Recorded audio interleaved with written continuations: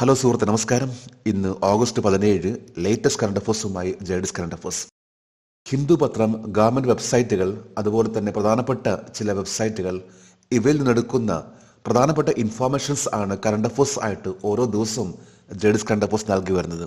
നമ്മളൊന്നും കറണ്ട് അഫേഴ്സിന് വേണ്ടി കുറച്ച് സമയം മാറ്റി വെക്കുകയാണെങ്കിൽ അത് നമ്മുടെ കോൺഫിഡൻസ് ആണ് വർദ്ധിപ്പിക്കുന്നത്. എന്നും നമ്മൾ സമയം കണ്ടെത്താൻ ശ്രമിക്കണം. നമുക്ക് ഇന്നത്തെ ലേറ്റസ്റ്റ് ആയിട്ടുള്ള കറണ്ട് അഫേഴ്സിലേക്ക് പോകാം.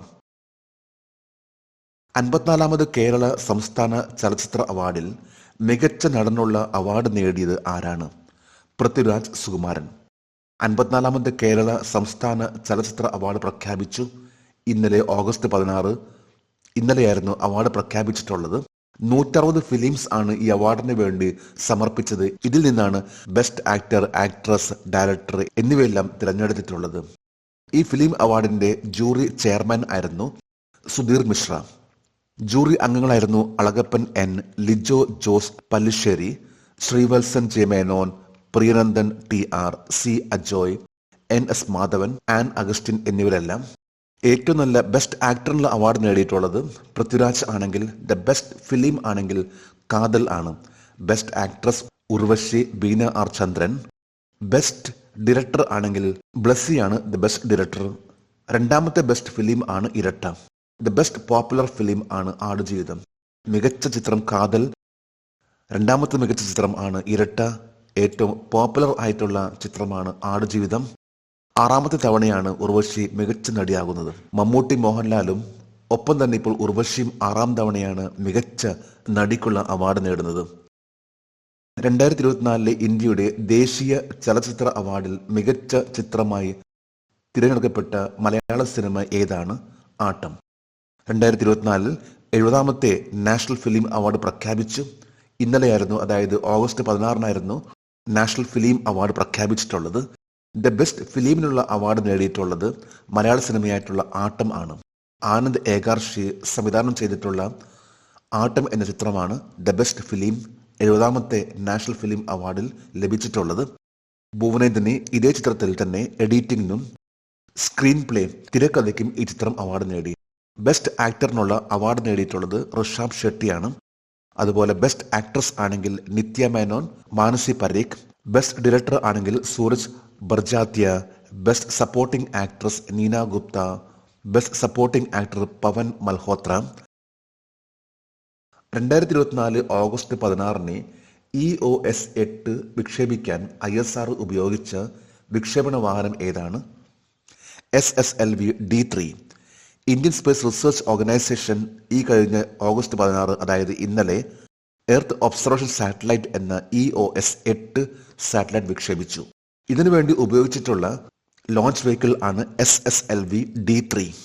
ആന്ധ്രാപ്രദേശിലെ ശ്രീഹരിക്കോട്ടയിലുള്ള സതീഷ് ധവാൻ സ്പേസ് സെന്ററിൽ നിന്നാണ് ഇന്നലെ രാവിലെ 9:17 ISRO SSLV D3 വിക്ഷേപണ വാഹനത്തിലൂടെ ഈ സാറ്റലൈറ്റ് 475 കിലോമീറ്റർ മുകളിലുള്ള ഭ്രമണപഥത്തിൽ എത്തിച്ചിട്ടുള്ളത്. ഒപ്പം തന്നെ SR-0 ഡെമോസ്റ്റാറ്റ് എന്ന ഒരു സാറ്റലൈറ്റും വിക്ഷേപിച്ചിട്ടുണ്ട്. EOS 08 എന്ന എർത്ത് ഒബ്സർവേഷൻ സാറ്റലൈറ്റ്, ഇതിൽ 3 പേലോഡ്സ് ആണുള്ളത്.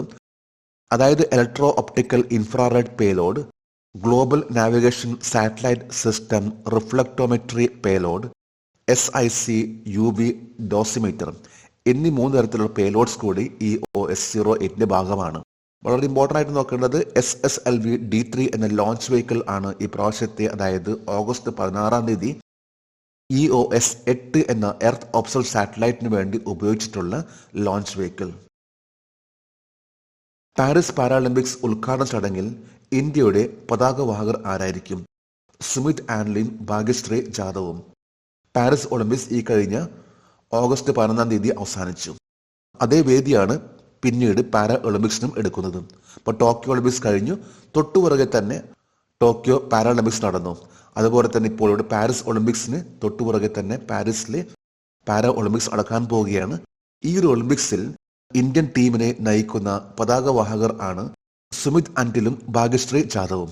കഴിഞ്ഞ വർഷത്തെ ടോക്കിയോ പാരാലിമ്പിക്സിൽ സുമിത് അന്തിലിന് ഗോൾഡ് മെഡൽ ലഭിച്ചിരുന്നു. അതുപോലെ തന്നെ ഏഷ്യൻ പാരാ ഗെയിംസിൽ ആണെങ്കിൽ ഭാഗ്യശ്രീ ജാദവ് സിൽവർ നേടിയിട്ടുള്ള താരങ്ങളാണ്. പാരാലിമ്പിക്സിൽ F64 എന്ന കാറ്റഗറിയിലെ ജാവലിൻ ത്രോവർ ആണ് സുമിത് അന്തിൽ കഴിഞ്ഞ ടോക്കിയോ ഒളിമ്പിക്സിൽ ഗോൾഡ് മെഡൽ നേടിയിരുന്നു. ഭാഗ്യശ്രീ ആണെങ്കിൽ F34 എന്ന സെക്ഷനിലെ ഷോട്ട് പുട്ട് ഇനത്തിലാണ് മത്സരിക്കുന്നത്. ഈ വരുന്ന ഓഗസ്റ്റ് 28 മുതൽ അടുത്ത മാസം സെപ്റ്റംബർ 8 വരെയാണ് പാരാലിമ്പിക്സ് നടക്കാൻ പോകുന്നത്. ഇത് പാരീസിലാണ്.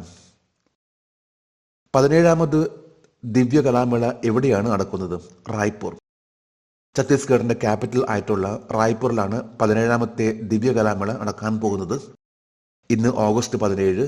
ഛത്തീസ്ഗഡിലെ റായ്പൂരിൽ ഇന്ന് 17ാമത്തെ ദിവ്യ കലാമേള ഉദ്ഘാടനം ചെയ്യാൻ പോകുന്നത് കേന്ദ്രമന്ത്രി ഡോക്ടർ വീരേന്ദ്രകുമാർ ആണ്. ഏകദേശം 20 സംസ്ഥാനങ്ങളിൽ നിന്നുള്ള 100 ദിവ്യാംഗന കരകൗശല വിദഗ്ധർ, കലാകാരന്മാർ, സംരംഭകർ പങ്കെടുക്കുന്ന ഒരു വലിയൊരു മേളയായിരിക്കുള്ളൂ ദിവ്യകലാമേള. ഇത് 17th ദിവ്യകലാമേളയാണ് നടക്കാൻ പോകുന്നത്.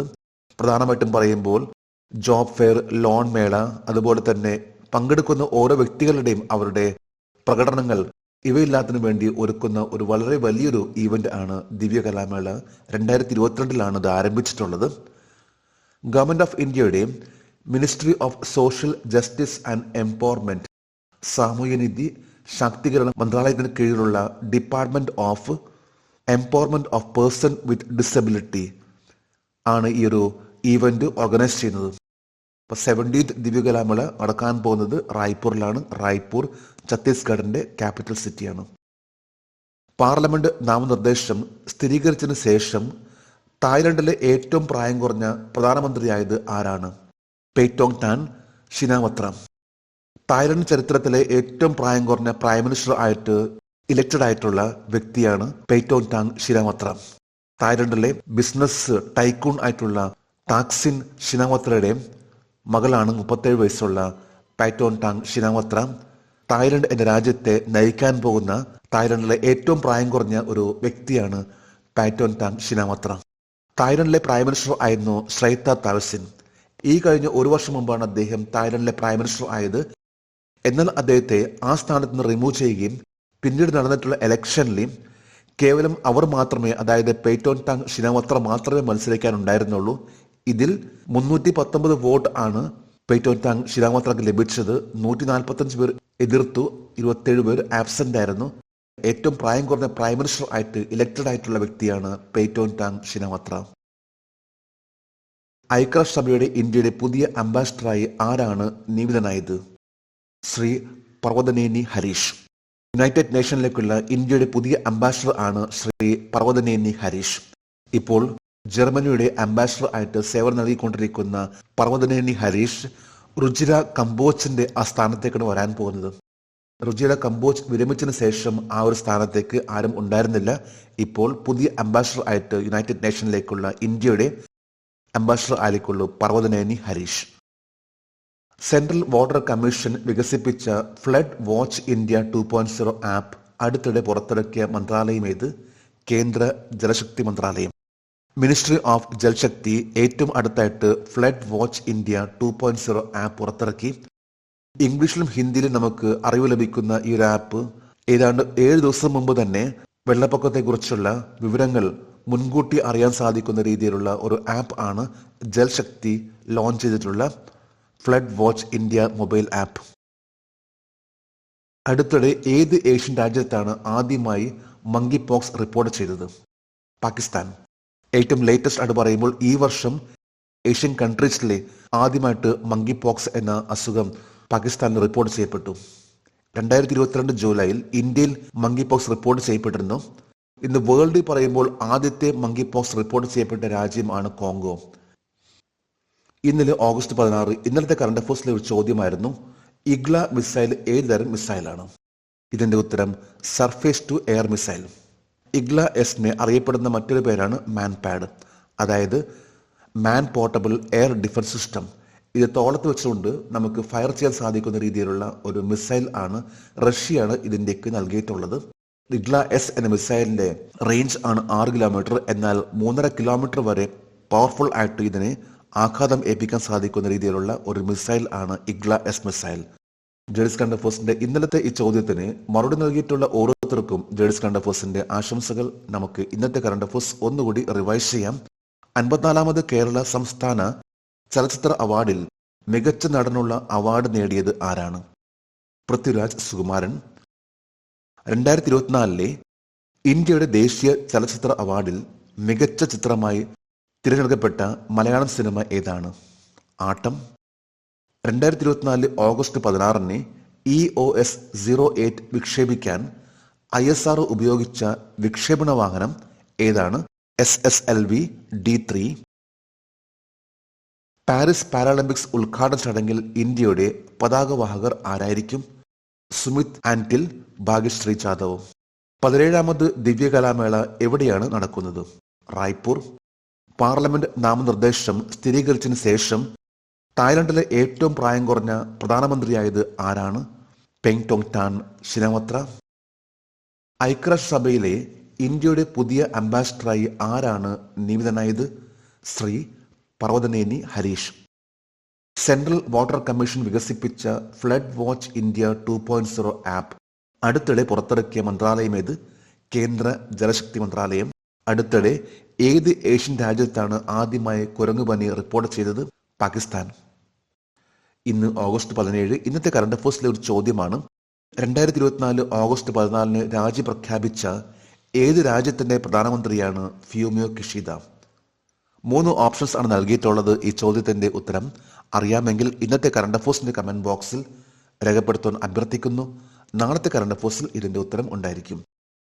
ലേറ്റസ്റ്റ് ആയിട്ടുള്ള ഓരോ കാര്യങ്ങൾ നമ്മൾ അറിയാനുള്ളൊരു ആകാംക്ഷ അത് ഉണ്ടാക്കിയെടുക്കുകയാണെങ്കിൽ നമുക്ക് ഓരോ പരീക്ഷകളിലും എവിടെയും നമുക്ക് നന്നായിട്ട് പെർഫോം ചെയ്യാൻ സാധിക്കും. ജേഴ്സ് കറണ്ട് അഫയേഴ്സിന്റെ ഇന്നത്തെ ഈ വീഡിയോ കണ്ടിട്ട് ഇഷ്ടപ്പെടുകയാണെങ്കിൽ ഈ ചാനൽ സബ്സ്ക്രൈബ് ചെയ്യാനും ഷെയർ ചെയ്യാനും മറക്കരുത്. നമുക്ക് നാളെ വീണ്ടും പുതിയ കറണ്ട് അഫയേഴ്സുമായിട്ട് കാണാം. Thank you very much.